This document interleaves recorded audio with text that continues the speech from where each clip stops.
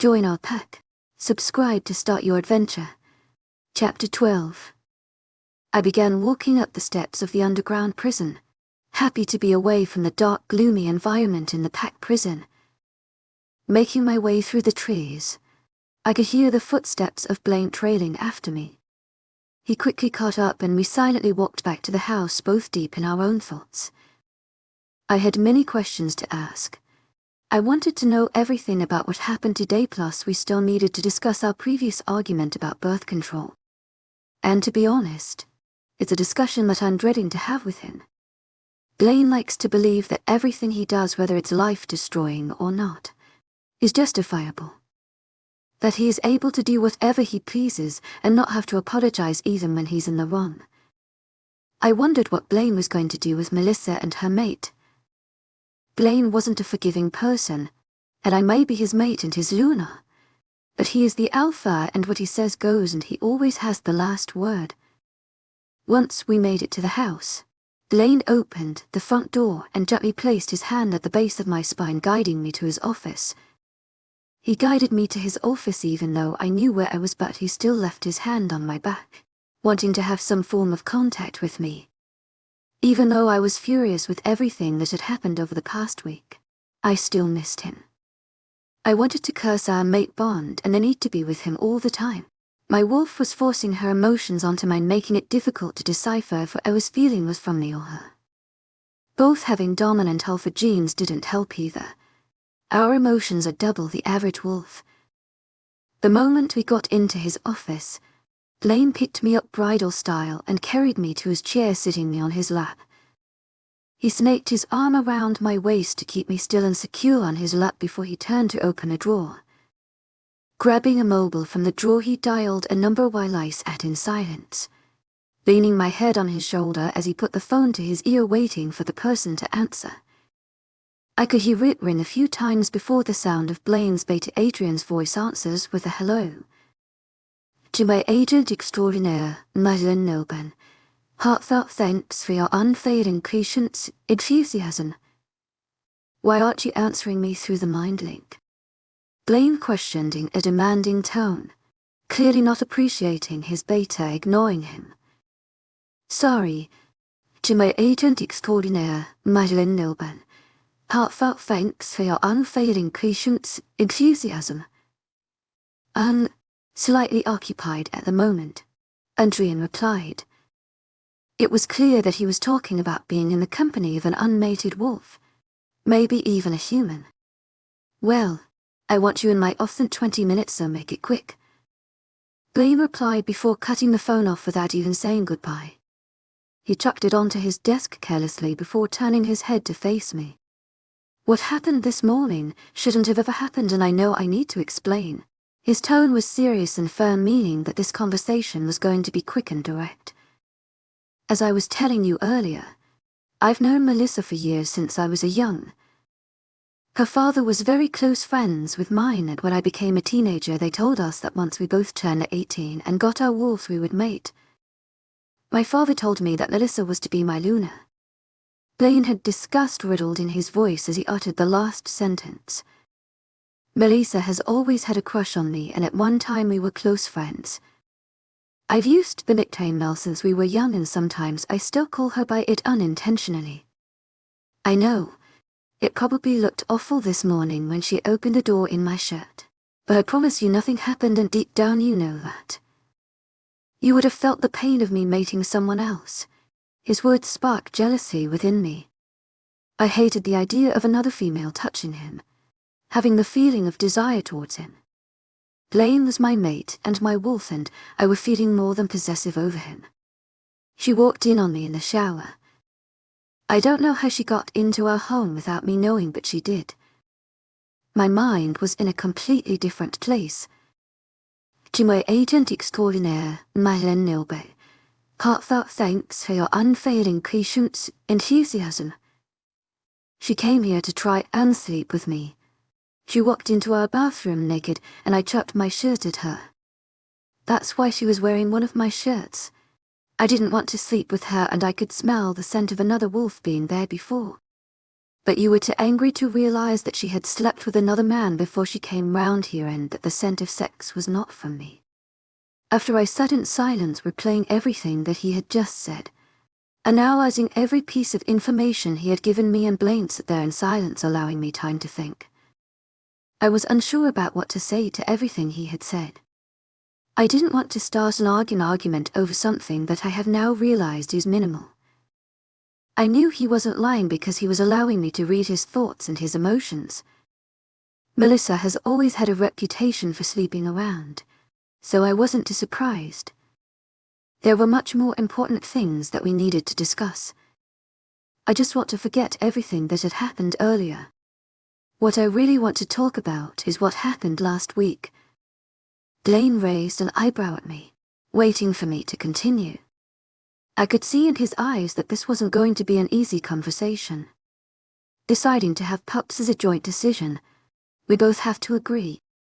You can't try to force me to carry your children, and you can't trick me into thinking that you're wearing protection when it has actually expired. It didn't work though, did it? I was taken back by his cold answer and how carelessly he had regarded something that was so important and serious to me. His answer made my temper flare and I could slowly feel my blood boil. I stood up, not wanting to be near him, quickly moving to the other side of the desk before he could pull me back. What does it matter? I repeated. Are you serious, Blaine? You purposely tried to get me pregnant. You lied and pretended that you were wearing protection. Protection that had actually expired, and you knew it. And pointed my finger accusingly at him. He carelessly leaned back on his chair, while swiping his tongue across his teeth. You're not pregnant. It didn't work. The more he spoke, the more furious I got. How many pregnancy tests did you take? Are you sure you're not pregnant? He kept asking questions, wanting quick answers. All the while, his tone was serious and demanding, almost as if he didn't believe me when I told him I wasn't. All the tests would tell him the truth, which were all negative. I find it astounding that you think it's okay to do that to me. You couldn't give a damn about what you did, and you even have the audacity to ask me questions while demanding answers. But I took enough to know I'm not. I added, you wouldn't mind taking another one then, would you? It sounded like a question, but it wasn't. I laughed at the audacity of him, not believing that I wasn't pregnant. You want me to prove to you that I'm not pregnant? Are you joking me, Blaine? You need to prove to me that I can't trust you, not the other way round, and I'm going on the pill. I state, my voice final. To my agent extraordinaire, Madeleine Nilden, heartfelt thanks for your unfailing patience, enthusiasm. Blaine, I don't know how many times I have to repeat myself. I'm not ready for a child yet. I felt myself beginning to become frustrated and aggravated with Blaine's persistence. Fine. I'll have to accept the fact that you're not ready for children yet, and I will wait. I narrowed my eyes slightly at him, not sure whether to believe him or... But I don't want you on the pill. I rolled my eyes and was about to speak when a knock on the door sealed our conversation as Adrian walked through the door. Adrian nodded at Blaine, and he then looked at me and said Luna in respect for my right title.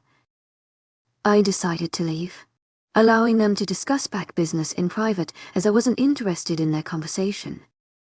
Deciding to completely ignore Blaine and his demands, I headed for the front door, walking in the direction of the pack house.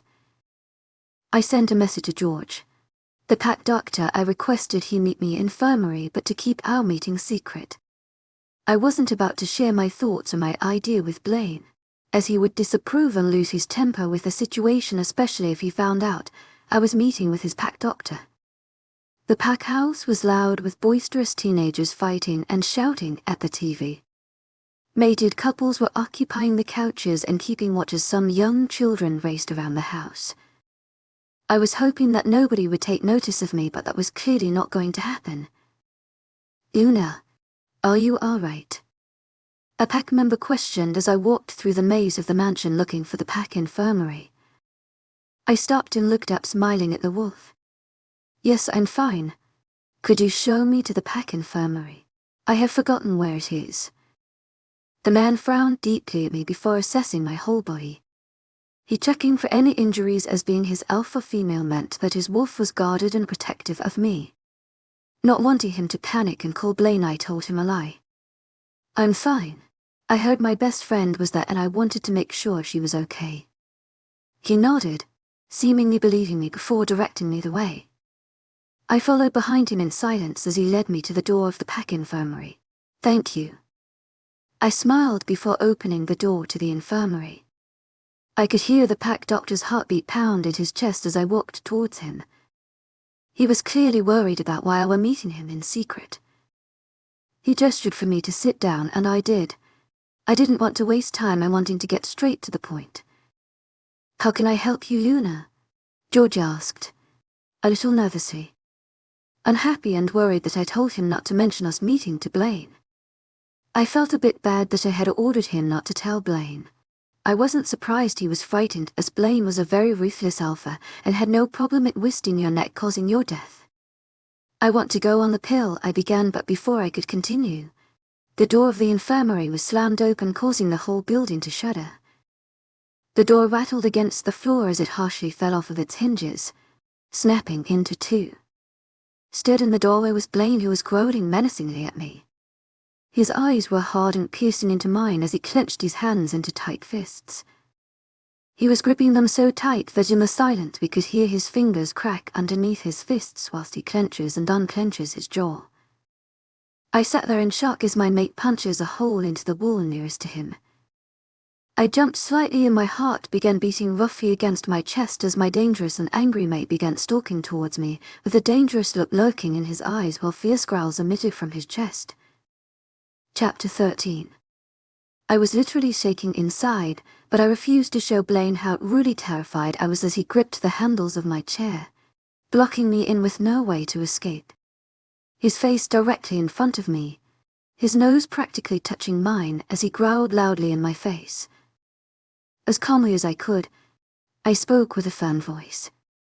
Blaine, you don't intimidate me and I don't appreciate you being so close while purposely trying to scare me. To my agent extraordinaire, Madeline Nilben, heartfelt thanks for your unfailing patience, enthusiasm.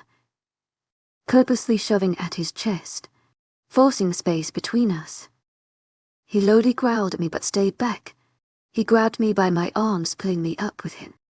He had a firm but not rough grip on my arms, as he began pulling me out of the open doorway. The broken pieces of the door still shattered across the floor. Hey, I shouted as he continued to pull me through the hallways of the pack house. The whole place was completely silent and clearly everyone had disappeared by either being demanded to leave or just fearful of their alpha's temperament. The only people there were a few pack warriors and Adrian, who all followed behind quietly while I struggled against Blaine's grip. I kept trying to yank my arm out of his grasp but to no avail. Blaine, get off of me! I shouted furiously, but out of nowhere I was suddenly thrown over his shoulder and he began walking down the corridor. I screamed and started to kick and pound my fists against his back. Blaine, put me down. He continued to ignore me as he made his way through the pack house. In the end I just stopped my protests and my screaming to be put down, and allowed Blaine to carry me in the direction of our home. I knew that nothing I said or did was fazing him, so my protests were useless. I couldn't help but wonder who had told Blaine. How did he know and how did he manage to get there so quickly? There were only two suspects in my mind, which were the pack doctor and Jack. My body swayed a little as Blaine began walking up the steps of the porch. The sound of the door opening entered my hearing and then the sound of Blaine's strong footsteps as he began walking through the hallway to his office. And I was really beginning to detest that room, when he finally placed me back on the ground. I felt myself go a little dizzy as all the blood rushed to the back of my head with unstable legs.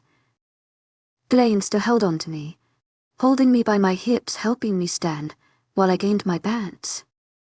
I gripped the front of his shirt until I got my composure back, and was finally able to stand on my own. I finally looked up to find him staring at me intensely. I could see worry in his eyes, but the pure anger he held was overriding that emotion. I removed my tight grip from his shirt, indicating that I was fine. He stayed holding my body close to his and then picked me up and walked me over to the couch and gently placed me down. He backed away from me, but still in close distance. We sat in silence for a few minutes, which began to annoy me as he just blankly stared at me, not giving me a sense or even a clue about how he was feeling. You going to talk to me, or are you going to just stare at me? He continued staring at me for a few moments. Then he spoke. If I spoke to you right away, I would have shouted and then you would have shouted back and then my temper would rise. That would not help our situation. I'm trying to learn to gain control of my wolf and my temper. So you want to have a civil conversation with me? No arguing? I questioned, knowing that it wouldn't happen, but I could see he was trying to be optimistic. Yes. I want to know why you went to George and I want the truth. No lies. No deception. No trying to avoid the situation, just the truth. Blaine, you know why?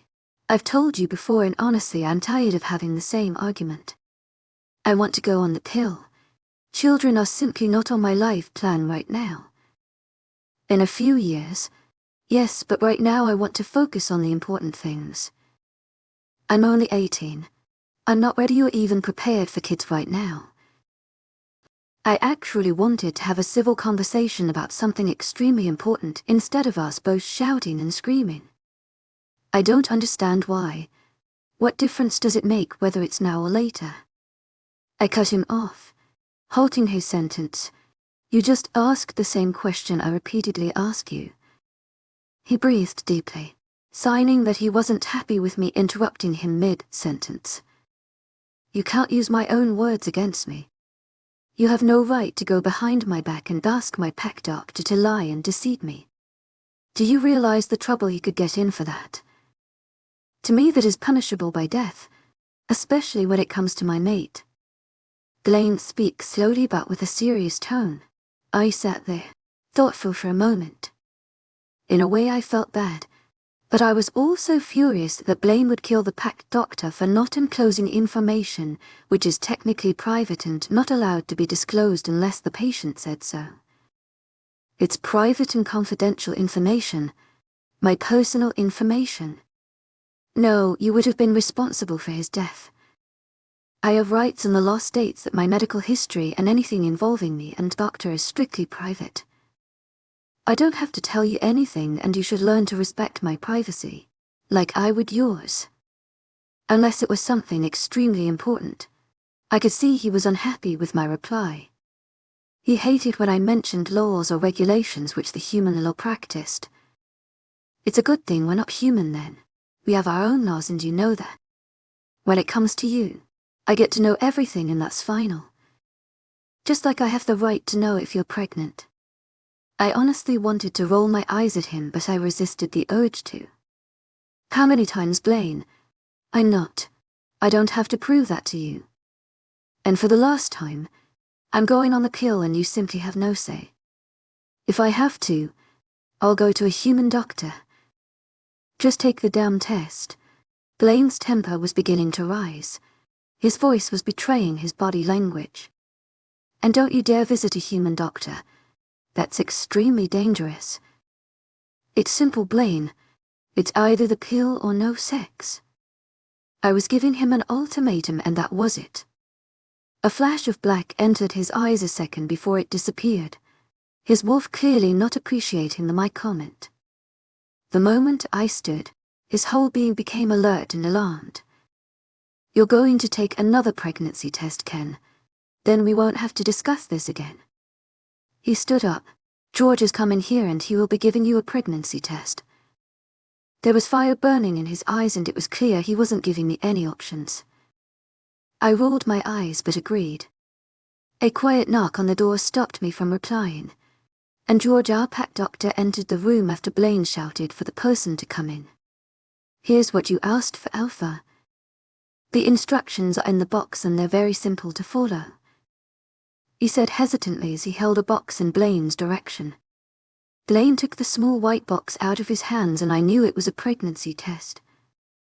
I still wasn't sure who told Blaine that I was visiting the pack doctor, so I was going by my assumptions and that was that George had told him. Blaine nodded in appreciation before excusing him. George repeated Blaine's action before turning to me. Luna, he addressed in respect before leaving. Blaine passed me the test and pointed at the bathroom door in the office. Blaine stayed in the office, leaning on the front of his desk as I shut the door. With an annoyed sigh, I grabbed the test and walked into his office toilet. I ran my hair through my hair as I looked into a mirror before splashing some water on my face. After I had taken the test, I quickly washed my hands, picking it up and taking it straight to Blaine without bothering to look at the results. He took the pregnancy test out of my hand and stared down at the results before his gaze became hard and he looked up with his dark eyes narrowed on me. "We're going to the infirmary. You're having a blood test." I stared at him irritably. "A blood test gives me an ultimate answer. These tests aren't one positive." Blaine said firmly as he threw the test in the bin. "Okay," I began. It was true that a pregnancy test could give you the wrong results, but I knew it was correct because of how many I took. Having a blood test would fully prove I wasn't, and I was happy to do it, as it would end this discussion. But the moment I prove I'm not, I will be going on the pill. He nodded, and we left his office, making our way towards the infirmary. Chapter 14. Blaine. George and I were in one room awaiting the results that I already knew. George had just administered a blood test. He injected the needle into my left arm as that was where he was able to find my most significant vein, making it easier and quicker for the needle to go in. Blaine sat in the chair opposite, watching intently on everything the doctor did. "All done," George said as he removed the needle from my arm and cleaned it with an anti-bacterial wipe before placing a plaster over the small wound. "I just need to analyze the blood and I'll be back. Give me 10 minutes. George said before hurrying off to another room. Blaine and I sat in silence while we waited for Jock. We sat in comfortable silence until he got back. It was clear Blaine was nervous and on edge. George finally came back in and looked at both of us before setting his eyes on Blaine and telling him what I already knew. "The Luna is not pregnant." A low and small growl emitted from Blaine's mouth. The room stayed quiet for a while, but then he finally got up and moved towards me. He placed a kiss to my forehead, grabbed my hand and pulled me out of the room. I knew from that small gesture that he was going to leave it as that. Neither one of us wanting to have this conversation again. A few hours later, Blaine and I were sitting at the dining table when the sound of desperate knocking was heard. I looked at Blaine confused while he had a frown on his face. He slowly got up and began walking to the front door. I closed down all of my senses apart from my hearing so I could hear whoever was at the door. Tilly's emotional and heartbroken voice sounded through the room, making me run to the door to comfort her. "What's the matter?" I questioned while Tilly sobbed on my shoulder. She just cried louder and held on to me tighter. I looked towards Blaine and told him I was going to take Tilly upstairs and not to disturb us. He nodded and walked away, back into the kitchen. "Come on," I whispered as I began to slowly help Tilly up the stairs and into mine and Blaine's bedroom. "What's wrong?" "Bryson." She stuttered out, unable to finish her sentence due to her hiccuping from all her crying. "Calm down. Breathe for a few moments and catch your breath," I told Tilly while rubbing her back slowly. A few minutes later, she had leveled out her breathing and relaxed more. He was kissing another girl," she said, hiccuping, tears falling down her face. I could see the pain she felt on her face. I knew there was nothing I could say to make her feel better, so I just cuddled her until she fell asleep. My heart ached to see my best friend hurting because of her mate. It made me wonder how my mother felt when my father did a similar thing. After cuddling and humming softly, Tilly finally fell asleep. I chucked a blanket over her and quietly left the room, slowly shutting the door, hoping not to wake her. I began walking down the hall and down the stairs, searching for Blaine. I found him in the living room, relaxing on the couch. He must have sensed me as he spoke without turning around. "How is she?" "She's okay. She's sleeping at the moment," I said as I sat down next to him. Blaine grabbed my hips and pulled me onto his lap. I placed my head on his shoulder and sighed. We sat there cuddling on the couch watching television until loud banging was heard coming from the front door. Growls emitted from Blaine as he stood up with me still in his arms and gently placed me on the couch before walking to the front door. I quickly followed him, intrigued to know what was happening. With each step Blaine took towards the door, I could sense his anger. The banging and shouting continued until Blaine literally flung the door open, causing the door to fall from the hinges. Blaine's breathing was rapid as his rage took over. He stood still, staring at the person who was banging on the door. Walking into view, stood outside the front door, was Bryson, Tilly's mate. Seeing him made my own anger boil because of the hurt he made my best friend feel. "I need to see her. Where is she?" Bryson growled as he stared at both Blaine and I. "You're not seeing her, so leave," I growled back, not wanting him to upset my friend anymore. Bryson's eyes were beginning to turn black because I was denying him and his wolf of their mate, but I didn't care. Blaine immediately stood in front of me, protecting me from Bryson. His wolf was at the surface and looked ready to attack me. Bryson was watching me intently, hatred and rage in his eyes. Blaine growled loudly, catching the attention of Bryson. Blaine was staring at him attentively, his own wolf coming to the surface because of the threat Bryson was imposing on me. Blaine's wolf was forcing Bryson's to back down. Bryson had disrespected his alpha and his Luna, and he knew immediately after he gained control of his wolf. "I'm sorry, Alpha and my Luna," Bryson said apologetically with his head down. "I just need my mate. To talk to her. To give her an explanation." Blaine's wolf was still at the surface, but the black in his eyes was slowly disappearing, accepting the apology.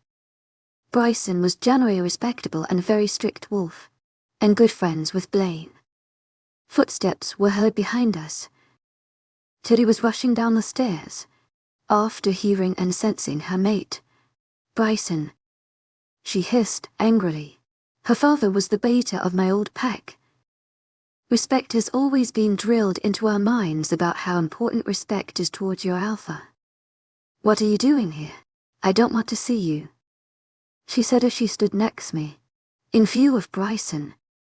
Her voice was slipping and you could hear she was upset. "Just let me explain. It wasn't even what you thought. Just let me talk to you for 5 minutes. His voice was pleading and I could tell T was getting upset as all she could do was shake her head no. Sensing she was about to cry. "Just leave Bryson now." He lowly growled, his focus orders made only to cause Blaine to growl. "Leave," I repeated, my alpha voice coming through. Bryson's eyes began turning darker as I was refusing him of his mate. Blaine had clearly had enough of Bryson as he shoved him outside, into the front yard. "Go inside," Blaine ordered Tilly, and Abbott stayed where we were, needing to know what was about to happen between both wolves. Blaine demanded. Bryson immediately complied. His wolf was at the surface and he wanted to fight. Blaine's clothes ripped to shreds as he shifted into his wolf. His wolf was a bit bigger than Bryson. I knew he was going to force Bryson to submit. Blaine immediately lunged towards Bryson, grabbing his neck in his teeth, growling while forcing Bryson into a lower position, pushing his authority into Bryson's wolf, but Bryson was able to pull himself from Blaine's jaws. They began to circle each other, both growling furiously. Bryson jumped towards Blaine, but he managed to dodge it, only to be caught on his side with Bryson's claws. Blaine's growl turned thunderous. Tilly clung onto my arm. She didn't want to see her mate get hurt, but she understood that he had disrespected his alpha. Within a blink of an eye, Blaine was on top of Bryson, his neck in Blaine's jaws, Blaine was growling furiously at him, forcing Bryson's wolf to back down, and he did. Bryson shifted back to his human form, and so did Blaine. "Go home now, Bryson. Don't force me to drag you there," Blaine growled, staring intently on Bryson, his wolf still apparent in his eyes. Bryson began to back away, looking towards Tilly with a pleading look in his eyes as he made his way into the woods, in the direction of his house. Tilly held onto my hand tightly. Her wolf wanted to go to her mate, but she wouldn't let herself follow after him.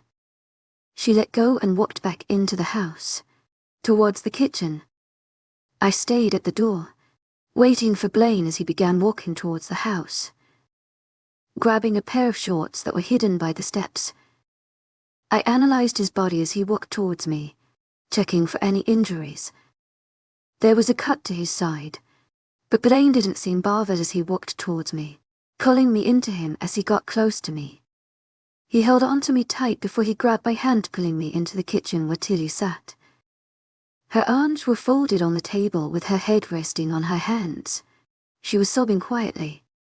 As soon as she noticed we were there, she sat up and wiped her face. "I'm sorry about Bryson, and I'm sorry for causing all this trouble. Just please don't punish him," she said, looking towards Blaine and me. "Don't worry about it. I understand why he was like that. I won't punish him. He just needs some time to calm down, and then I will allow him back here, as long as you want him to. The room next to ours is free if you want to stay," Blaine said as opened the fridge, grabbing a bottled water.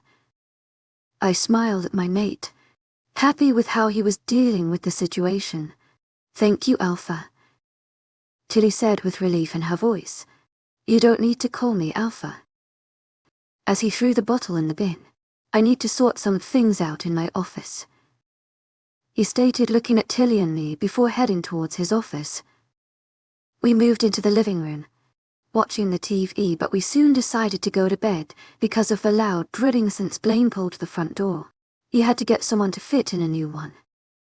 I was lying in bed for about 40 minutes, and sleep just wasn't coming to me. My wolf felt restless and wanted her mate next to her, so I went looking for Blaine in his office. As I was approaching his office, I could hear his voice sounding strained. It sounded like a private conversation. With me being intrigued, I put my ear to the door. "I don't care if you have to drag him from his house and chuck him in the cells. I'm not having Bryson think he can come to my home and cause chaos and then think there are no consequences." He spoke with anger laced in his voice.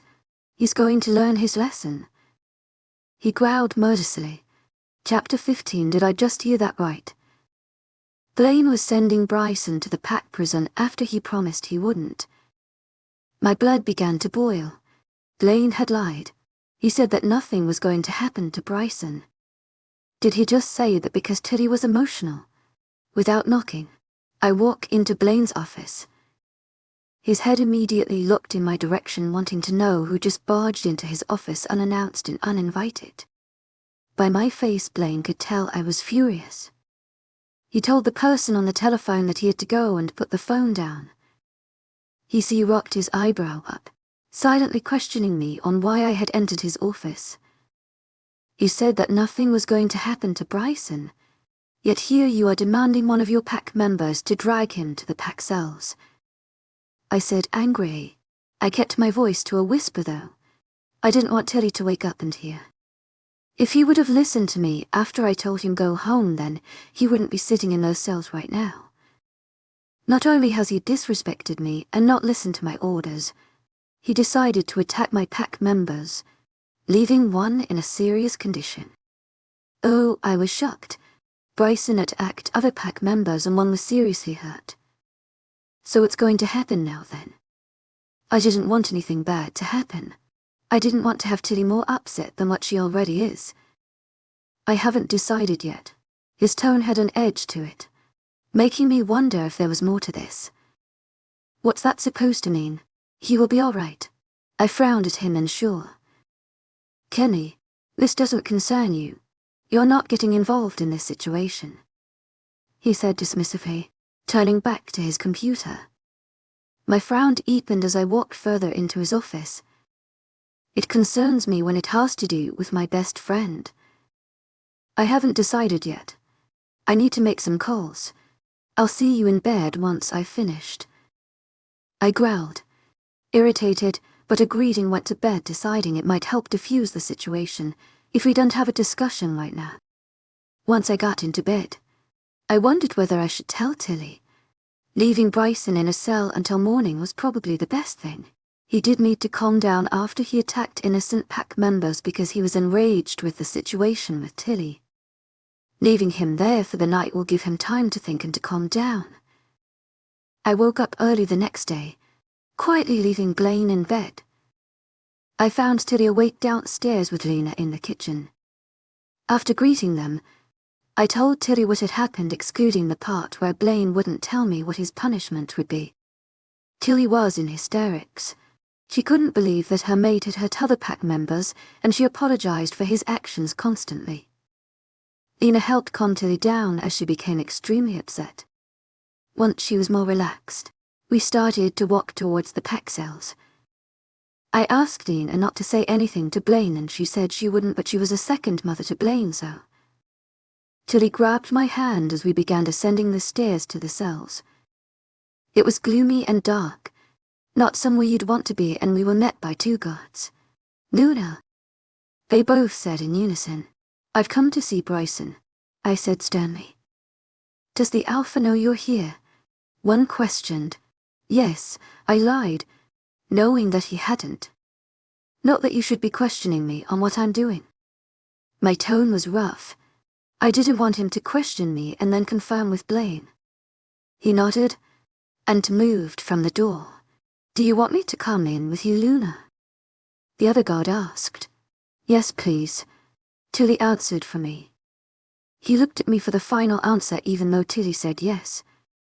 I nodded and followed behind him as he led us towards the cell Bryson was in.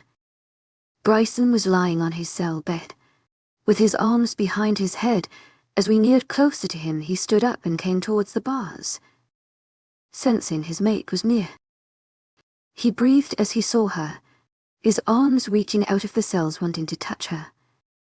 Tilly moved from me, closer to her mate. She looked angry and hurt. "Why did you hurt those pack members?" "I didn't mean to." My anger took over. "You didn't want to talk to me. You wouldn't let me explain what you saw. And I never meant to hurt Jake or Sam." The remorse clear in his voice. "One's in serious condition, Bry. What's going to happen if he dies?"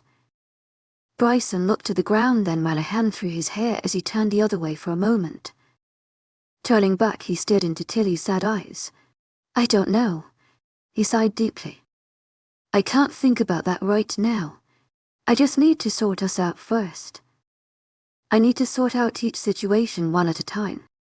Just let me explain what happened yesterday with Lauren." I decided to leave them to their conversation, but I looked to Tilly before I left, in case she wanted me to stay. She nodded for me to leave, and I did, heading towards Blaine's office within the pack prison. I sat in his office for a while, with the guard standing outside the door. I noticed that there was also a cell in his office, but it wasn't like the others. This one was clean and occupied. Not long after, my wolf felt restless and began to surface, which meant that Blaine was close. He knew we were here, which meant nothing good. Blaine soon walked into the office, his eyes dark. Neither of us said anything, and I knew he was waiting for me to explain myself. I wasn't going to, so I stared at him. "You're leaving right now?" he demanded as he approached me. "I didn't do anything," I said, annoyed, rolling my eyes. "I told you, this has nothing to do with you. Yet you once again disobey me and try to find out what's happening. You and Tilly are leaving now." He grabbed me by my arm and began dragging me out of the prison, even grabbing Tilly with his other arm, which only made Bryson mad. We could hear Bryson's growls as he was forced away from his mate. "Blaine!" I screamed as he pushed me into the arms of pack warriors. I growled at him as he walked away, and he simply ignored me. I pulled myself from the warrior's arm. I can make my own way. To my agent extraordinaire, Blaine, heartfelt thanks for your unfailing patience, enthusiasm. Pulling Tilly away from the guards as we headed home, we immediately went to the kitchen where we found Lena. By our faces, Lena realized that Blaine found us. Come on, sit down and I'll make you both lunch. Tilly and I both nodded. As we sat down, Tilly looked at me. You don't think he would hurt him? She was talking about Blaine and Bryson. I didn't answer her, pretending not to hear as I didn't know the answer. I didn't know what Blaine was going to do, and that frightened me. Sensing I wasn't going to answer, we sat there in untable silence until Lena placed our lunch in front of us. Thanks, Lena. That's okay. To my agent extraordinaire, Blaine, heartfelt thanks for your unfailing patience, enthusiasm. Lena said as she placed her own food in front of her, sitting with us at the table. Was Liam and Adrian? I questioned, wanting the awkward silence to be filled. Liam's visiting his sister at another pack and Adrian's around somewhere. Placing some food on her fork. Which pack? Lena looked at Tilly since she asked the question. The Alaskan Bay pack. Heard of it? We both nodded. It was a small but strong pack in the northwest. Why didn't you go with him? I always get homesick. He likes to stay there for a few days and I can't leave my boys here on their own. Imagine leaving Adrian and Blaine to their own devices. My phone would non-stop ring. She laughed. I laughed as Blaine and Adrian did rely on Lena for nearly everything. Blaine was always asking Lena if she knew where he left certain paperwork, and Lena would always make him food if he wanted it, even though Blaine could do it perfectly by himself. Blaine wasn't her biological son, but she loves him like he was her own.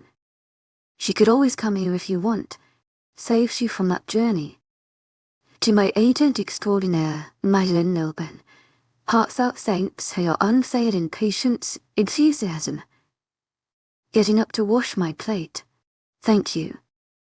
Laura, Liam's sister, has young pups, so it's easier for us to travel to her. Liam doesn't mind since all his family is up there. Smiling, she began to clean up since we all finished our lunch. We were all cleaning up when I heard the front door slam shut. We all looked at each other knowing that it was Blaine. Tilly looked worried since none of us knew what happened after we left. I needed to talk to Blaine, so I decided to follow him, storming into his office. He was sat at his desk, typing on his computer, and he didn't even flinch when the door slammed against the wall from the force that I opened it with. I stood in front of his desk, staring at him with daggers. He didn't even look up from his computer. Yes, are you kidding me, Blaine?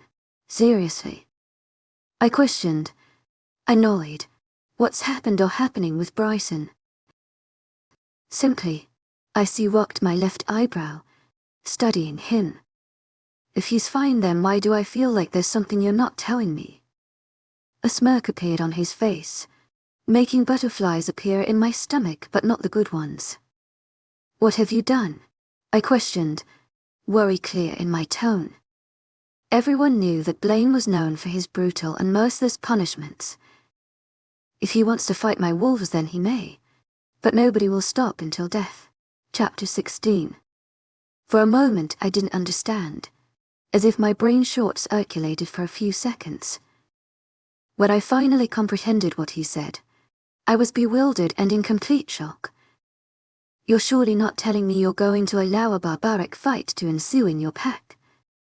My pack has never conformed to the rules, Kennedy. His voice had a dark tone to it. You can't do this, Blaine. Bryson is my best friend's mate. He was simply upset and acted out. I was defending him, not willing to let go of this lightly.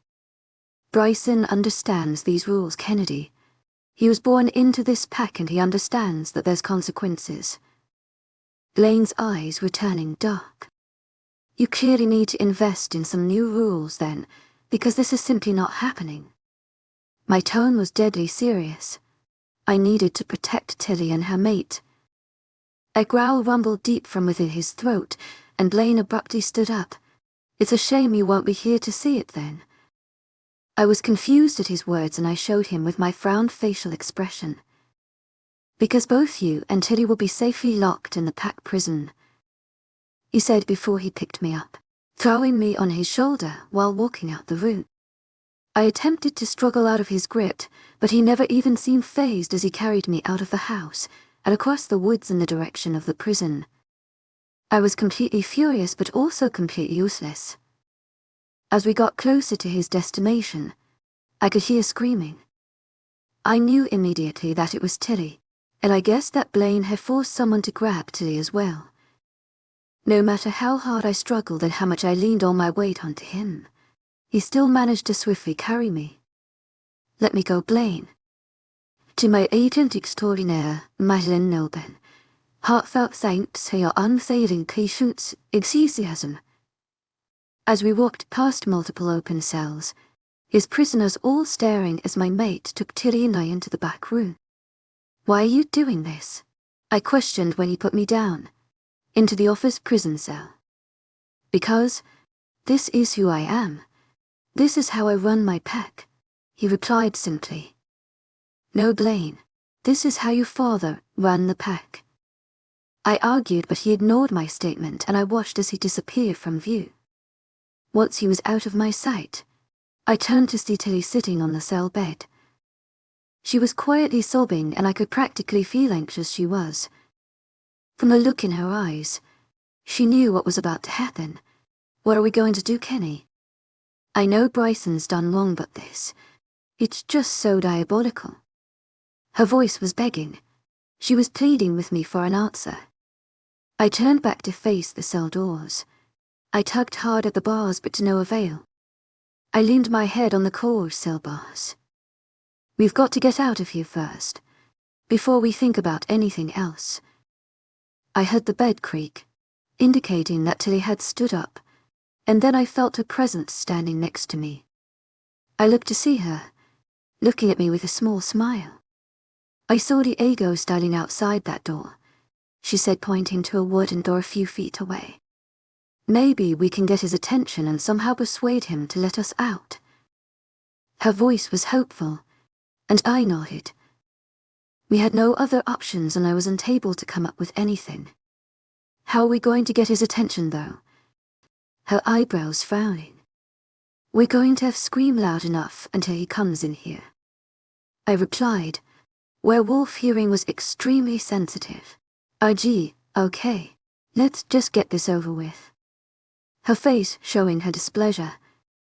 We both began screaming Diego's name, and a few minutes later, after continuous screaming, he opened the door and walked in. He frowned as he entered, silently questioning us about what we wanted. "Diego," I say with the sweetest voice I could muster, "can you please let us out of here? The Alpha told me that I'm not allowed to let you out." With a small frown. "What if we keep it a secret and pretend that you didn't let us out?" I said, but Diego simply shook his head. "Please, Diego. Bryson's my mate and he's also supposed to be your friend," Teddy said, using sympathy to persuade him. Diego turned his head to the side, showing his discomfort with the situation. It was clear that he felt the same about the situation, and that was why he was down here with us. He was avoiding the scene upstairs. "Please," Tilly was pleading. Her voice was a whisper as tears welled up in her eyes. "I can't. He used his alpha command on me." I lowly growled when he said that. It meant that he literally could not defy his alpha's orders. An idea suddenly came to mind. "Come over here." He frowned but complied with my order. Once he was close enough to my cell door, I pulled off the keys that were hanging to his belt. "Diego might not be able to open the door for me, but I could. I am so dead," Diego said as I unlocked the door. Tilly and I quickly walked out before Diego changed his mind. Before Tilly and I left the building, we came up with a plan to stop Diego getting into big trouble with Blaine. Once our idea was in motion, we hurried out of the prison. We raced out of the building, needing to avoid the guards standing as security at the front of the prison. They immediately chased after us as we darted towards the woods. Thankfully, Tilly and I both had high-ranked blood rushing through our veins, giving us an advantage. We followed the sound of deep growling, the sound of shouting, and the howling of wolves. As we got closer, we heard the sounds become more intense and amplified. Paws were thundering on the forest floor, wolves growling and in attack. Once there, we noticed a wolf lying down on their belly in submission, giving in to the other wolf's power as he growls threateningly above. I recognized the dominant wolf as Bryson. Tilly also did, since she began to walk towards him. But she suddenly stopped when another wolf pounced on him. The wolf was Blaine. I had then realized that Bryson had already fought many wolves, since the alpha was always last to attack in these barbaric events. There was only one rule: you either submit or one of you die. Wolf packs were forced to abandon these fights years ago since they were known for their cruel and barbaric entertainment. Clearly Blaine didn't get the message. I approached, coming closer, wanting to be able to see more. I noticed the large amount of blood and other horrific images of dismembered body parts lying on the floor, unmoved from each fight. I wanted to throw up. The amount of bloodshed showed me how truly cold-hearted and merciless Blaine was. The stories I had heard before I met him were clearly true, and it horrified me. I watched anxiously as Blaine and Bryson fought in wolf form. Their bodies meshed into each other's as they bundled into each other. They were growling as they began to circle each other, both snarling as they threatened one another, neither one of them willing to give up. Tilly stood next to me, clinging to my hand. She was terrified and she was screaming at her mate to submit. With Blaine being an alpha, Bryson needed to submit to his wolf, otherwise he saw it as a challenge, and Blaine would allow him to live if he didn't. They both continued to attack each other, both taking huge chunks out of each other's flesh, not caring about leaving any permanent scarring. I felt almost frozen as I watched in horror at my mate. I knew he wasn't the most reasonable wolf, but didn't realize he was like this. Bryson's head turned in the directions of Tilly and I. He must have heard his mate begging him to submit, which left him at a disadvantage as Blaine launched his body onto his, forcing Bryson to the floor. Bryson fell backwards on his back, while Blaine caged his wolf with him towering above. He stood stiff-legged and tall, his ears erect and forward as he stared penetratingly at Bryson. "Please be why?" Tilly sobbed as she stared at her mate, not wanting him to get hurt anymore. Bryson looked to her for a while before lowering his ears and lips before exposing the vulnerability of his throat and underside. He whimpered and tucked his paws in, identifying his submission to his alpha. Blaine kept his ears pulled back and narrowed his eyes on Bryson for a few moments, his suspicion clear. He pulled away but was quick to turn, facing Tilly and I. He was slightly taken back at our presence since he was so focused on the fight he hasn't noticed that we were here and not inside the cell he dragged us to. Elodie growled, annoyance on his face as he turned and trotted over to a tree to change. He looked furious as he stormed towards us, but he said nothing and grabbed my hand, putting me in the direction of our home. I looked back to see Tilly giving me a small smile, which I quickly returned before she turned to Bryson, stroking his fur as she mumbled incoherent words. Blaine's muscles were tense. He had dried blood laced on the skin on his hands and chest, his deep scars looking bloodied and red from being ripped open once again. We walked in silence, neither one of us willing to start a conversation. I didn't have any words to say. Chapter 17. I had been ignoring Blaine. I didn't know what to say. The first day he tried talking to me calmly, trying to persuade me, but with each try, I continued to ignore him. So as the next day came round, his anger started to show. He was getting more and more aggravated and frustrated with each day that pasted. If he entered the room I was in, I'd leave. If he came into our bedroom just before I was going to sleep, I'd walk into the spare room opposite, making sure to lock the door. Not that it stopped Blaine from knocking it down, but after having done it for days in a row, He had gotten the point that he wasn't changing anything or helping himself. Blaine needed to realize that he needed to run his pack, not his father. Although his father is dead, Blaine still continues to use his father's diabolical practices. Blaine tried so hard to protect his mother from his father. He had fought his father for dominance and won, but to his faults he continues to allow his father to control him, and he doesn't even realize it. Waking up this morning, I groaned. My neck was feeling sore and ached from the uncomfortable position I must have slept in. Quickly showering and changing into some loose clothing because I wasn't feeling up to doing anything for the day, I headed for the kitchen. There were loud voices echoing from the kitchen as I descended the stairs. I could tell that there were at least 5 people, but I couldn't tell who they were. I attempted to keep as quiet as possible as I walked towards the kitchen. I didn't want anyone to notice I was there since I didn't recognize any of the voices apart from Blaine's. Make sure to inform Adrian of my absence. I should be back in 3 days. Blaine's voice sounded confused and intrigued. He hadn't informed me that he was going away. Should I also inform the Luna? Someone questioned. No, she's asleep. I'll contact her later, Blaine answered.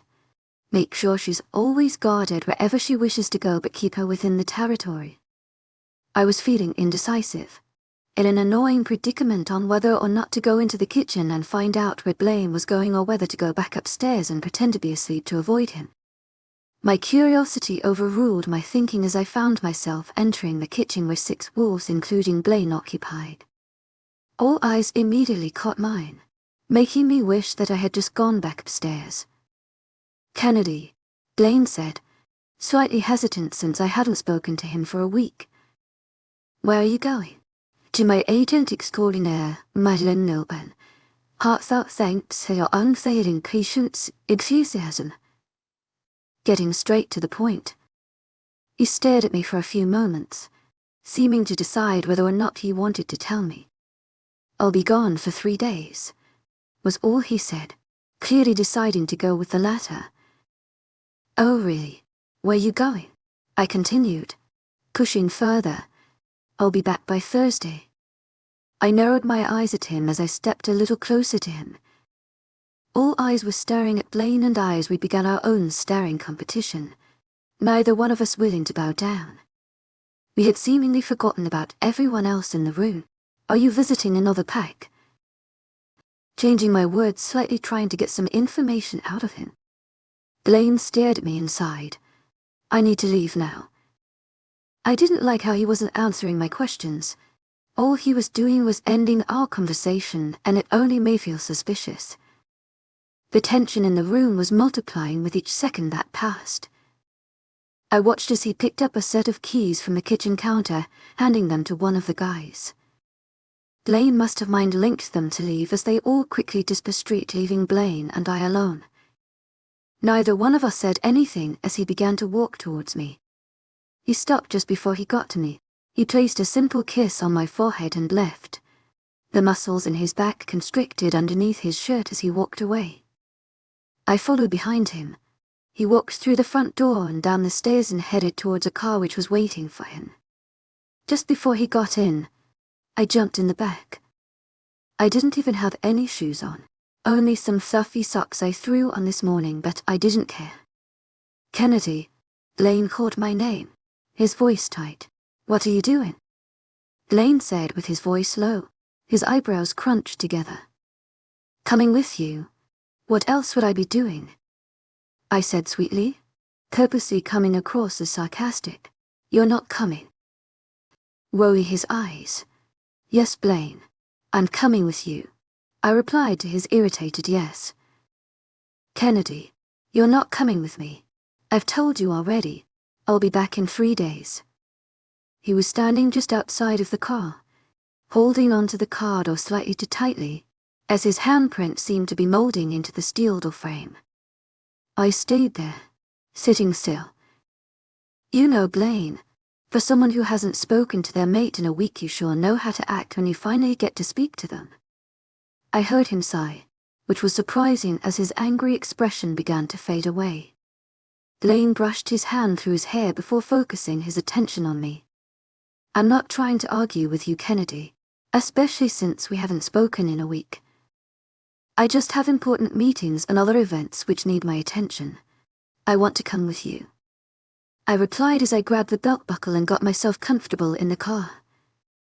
I could feel Blaine stare at the side of my face.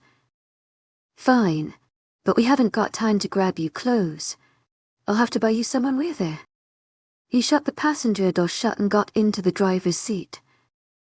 Blaine quickly started the engine and sped down the gravel road, and through the woods to get to the edge of the territory. We had been driving for about 7 hours, and had stopped at least 3 times for rest breaks and food. Blaine and I spoke a little, but I was asleep for the majority of the journey. I was sipping on my McDonald's Coke when I noticed we were pulling into a restricted area. Blaine's voice sounded through the car, as he put his phone to his ear. "Hello, we're outside the gate," Blaine announced through the phone. I couldn't quite hear what the person on the phone was saying, as all I could hear was a male's muffling voice. Blaine said a few more words and then the gate opened. We began to slowly drive up the pathway. The road was bumpy, making us all sway as the car drove along. I stared out of the window, intrigued with the woods, and where we were going. I noticed wolves hiding, their eyes curiously watching, while others followed along the side of our cars, running and leading us towards our destination. We continued down the path for at least 25 minutes before we came to a stop. Everyone began to open their car doors, so I followed. Once the door opened, I stepped out only to find my feet hurt underneath the stony path as the rocks dug into my socks. I slowly walked round to the other side of the car, and that's when I finally noticed the large house, which I assumed was a pack house due to the enormous size. It looked beautiful. It was sheer white in color, gorgeous naturally lit vines draped down the side, red roses producing through the cracks. My feet were hurting and felt as if they were pulsing from the pain, but I managed to walk over to where Blaine was standing. He frowned when he looked down at me, noticing the pain in my eyes as he scooped me up into his arm. I didn't resist. My feet were in too much pain and I slightly enjoyed the closeness we shared, since we haven't in over a week. The sound of a loud creak of a door opening caught our attention. "Who is that?" I whispered to Blaine as an older man with grey hair approached us, a bright smile plastered on his face. "My grandfather," Blaine answered, his eyes never swaying from the man a few feet away. A deep frown immediately appeared on my face, confused by his words. Blaine had no family left, so who was this man? Don't let the story end. Subscribe to continue our Wolfpack legend.